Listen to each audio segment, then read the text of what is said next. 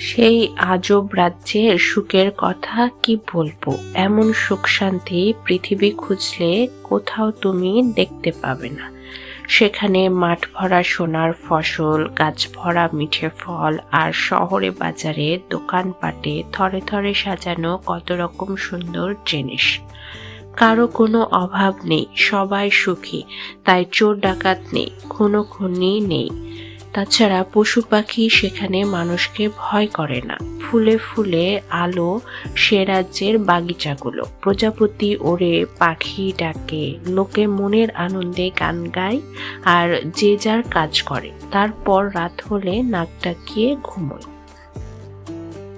হঠাৎ একদিন সেই সুখের রাজ্যে এক অবাক কাণ্ড দেখা গেল। রান্না করে বৌঝিরা নাইতে গেছে ঘাটে। ফিরে এসে দেখে সব খাবার কে চেটেপুটে খেয়ে ফেলেছে। ফলের বাগানে গাছ ভরা ফল ছিল। হঠাৎ কখন সব ফল উধাও। চাষিরা মাঠে ফসল লাগিয়েছিল, সেই ফসল আর দেখা যাচ্ছে না। আর সে রাজ্যের রাজার ছিল ঘোড়াশালে ঘোড়া, হাতিশালে হাতি। সকালে আস্তাবলে এসে ঘোড়ার সহিস আর হাতির মাহুতের চোখ কপালে উঠেছে। কি সর্বনাশ! কোথায় গেল সব? তারপর দিনে দিনে আরো আজগুবি ঘটনা ঘটতে লাগলো। কোথাও একটুখানি খাবার মতো জিনিস নেই। ঘরে ঘরে উপোস চলল। রাজার কাছে নালিশ গেল। রাজা কোতোয়ালকে ধমকে বললেন, যেমন করে হোক এই আজব কাণ্ডের বিহিত করো, নইলে গর্দান যাবে। কোতোয়াল পাহারা দেয়, কিন্তু কোনো ফল হয় না। এমনকি শেষে দেখা গেল সবুজ পাতাগুলি নেই, ঘাস নেই, সব রুক্ষ ছন্নছাড়া হয়ে পড়েছে। আর প্রজাপতি দেখা যায় না, পাখি নেই, জন্তু জানোয়ার বলতে কিছু নেই। তারপর একটি দুটো করে জ্যান্ত মানুষও উধাও হয়ে যাচ্ছে। দেশটা একেবারে শ্মশানের মতো দেখাচ্ছে। তখন কোতোয়াল রাজার সামনে এসে বললে, মহারাজ, নির্ঘাত কোনো মায়াবী রাক্ষসের কাণ্ড। মায়া বলে অদৃশ্য হয়ে সবকিছু খেয়ে ফেলছে। হয়তো এরপর সব জীবিত প্রাণী ও উদ্ভিদ খাওয়া শেষ হলে আস্ত ঘর বাড়িগুলো খেয়ে ফেলবে। তার চেয়ে বরং আমরাই এখুনি কেটে পড়ি, চলুন। রাজা মন্ত্রীকে বললেন, সর্বনাশ, একটা উপায় বের করো তো মন্ত্রী। মন্ত্রী মাথা চুলকে বলল, উপায় আর কি মহারাজ, কোতোয়াল যা বলছে তাই করা যাক। চলুন সরে পড়ি। প্রাণে বাঁচলে ফের একটা রাজ্য মিলতে পারে। সেনাপতি আছে, তার কোমরে তলোয়ার আছে, তখন সে ভাবনা নেই। কি বলো সেনাপতি? সেনাপতি সাই দিয়ে তলোয়ার ঘুরিয়ে বলল, আমিও তাই বলছি মহারাজ। ব্যাস, রাতারাতি রাজা, মন্ত্রী, সেনাপতি, কোতোয়াল আর যারা যারা বেঁচে ছিল দল বেঁধে পালালো রাজ্য ছেড়ে। রাজ্যে তখন সত্যি সত্যি শ্মশান দশা। খা খা নিঝুম পুরী।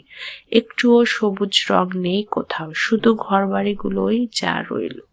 কিন্তু না, সবাই পালালো বলছি বটে, একজন গেল থেকে চুপি চুপি। এক সুন্দর ছেলে। এই রাজ্যের প্রতি জিনিসের ওপর ছিল তার ভালোবাসা। এর মাঠ, নদী, বন, গাছপালা, ফুল, পাখি, প্রজাপতিদের সে ভালোবাসত। সে তাই এই শ্মশান রাজ্য ছেড়ে কোথাও যেতে চাইল না। সে অবাক হয়ে খুঁজতে বের হলো, কে সেই অদৃশ্য মায়াবী রাক্ষস? কেন সে সবকিছু খেয়ে ফেললো এমনি করে? মাটিতে ঘাস গজায় না, গাছে গজায় না পাতা, নদীর জল গেছে শুকিয়ে, আর সেই শূন্য রুক্ষ মরুভূমির মতো মাটিতে ক্লান্ত হয়ে ঘুরে বেড়ায়। আজব রাক্ষস, কিন্তু তাকে খায় না, হয়তো মজা দেখে। অতটুকু একটা বাচ্চা ছেলে, রাক্ষসের মুখে বড়জোর একটা খুদে রসগোল্লা বইতো আর নয়। কিন্তু রাক্ষসের লোভ যাবে কোথায়? একদিন সে আর থাকতে পারল না, সামনে এসে দাঁড়ালো, গর্জে উঠল, হাও মাও খাও। ছেলেটি কিন্তু ভয় পাবে কি? ওকে দেখে হেসেই খোল। রাক্ষস চোখ কটমট করে বলল, হাসছ যে? ভয় হচ্ছে না আমায় দেখে? ছেলেটি জবাব দিল, হাসবো না কেন? আরে তুমি যে দেখছি মানুষের মতো। মানুষের মতো? রাক্ষস একেবারে অবাক। হ্যাঁ, তোমায় কেমন দেখাচ্ছে জানো? অবিকল একটা বুড়ো মানুষ। রোশো, তোমার নাম দিলাম খাই খাই বুড়ো। কি খুশি তো? রেগে মেগে রাক্ষস ওকে হালুম করে গিলে ফেলল। কিন্তু কি মুশকিল, ছেলেটি পেটের ভিতর এমন লাফালাফি শুরু করে যে সে ওয়াক করে উগরে দিতে বাধ্য হল। ফের অবশ্য গিলে নাই। ছেলেটি নাকের ভেতর এসা সুরসুরি দেয় যে সে হেঁচে ফেলে হ্যাচ্চ। ছেলেটি ডিগবাজি খেয়ে বেরিয়ে পড়ে, হাততালি দিয়ে হাসে।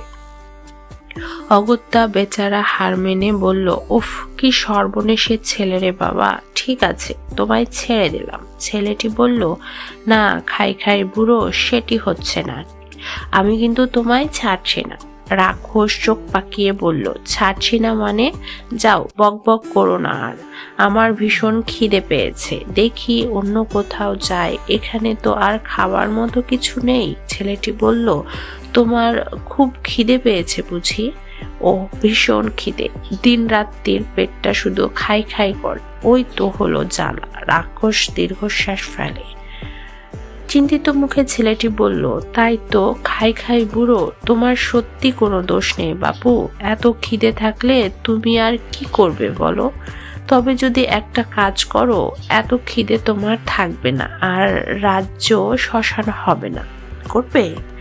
খাই খাই বুড়ো আর ছেলেটি তখন হনহন করে হাঁটতে থাকলো। মাঠ, নদী, বন জঙ্গল পেরিয়ে সে আর এক রাজ্য, সেখানে একটা পাহাড়ের চূড়োয় ঘর। ছেলেটি বলল, খাই খাই বুড়ো, এই ঘরে যে থাকে সে তোমার মিতে, তার নাম উপসী বুড়ো। বেচারা কিচ্ছু খেতে পারে না, শুকিয়ে আমসি হয়ে যাচ্ছে দিনের পর দিন। কত কবরেজ বদ্যি করলো, কোনো ফল হয়নি, ওর খিদেই পায় না। খাই খাই বুড়ো মহানন্দে চেঁচিয়ে ডাকতে লাগলো, মিতে, ওহে উপসী মিতে। উপসী বুড়ো রোগা পটকা গতর নিয়ে বেরিয়ে অতি কষ্টে বলল, কে রে? আহা, কাছে এসেই দেখো কে এসেছে, বলে ছেলেটি উপসী বুড়োকে টানতে টানতে খাই খাই বুড়োর সামনে নিয়ে গেল। কি তাজ্জব কাণ্ড! দুই বুড়ো যেই না কাছাকাছি হয়েছে, ছেলেটি দুজনের পেছনে দুটো ধাক্কা লাগাতে ব্যাস, দুই বুড়ো একাকার, একসঙ্গে মিলে মিশে একজন। তার ফলাফল কি হলো বলবো? বলে আর লাভ নেই, নিজেই বুঝে নাও না। আর যদি অগত্যা বুঝতে না পারো, অঙ্ক কষে দেখো, প্লাসকে মাইনাস দিয়ে গুণ করলে কি হয়? স্রেফ মাইনাস। তাহলে বুঝতে পারছো, ফের গাছ ভরা ফুল ফল, পশু পাখি প্রজাপতি, আর ক্ষেত ভরা ফসল, থরে থরে সাজানো দোকানপাট, মানুষ নির্ভয়ে সুখ শান্তিতে বাঁচছে। ছেলেটি কে চিনতে পারছো না? আরে সে তো তুমি।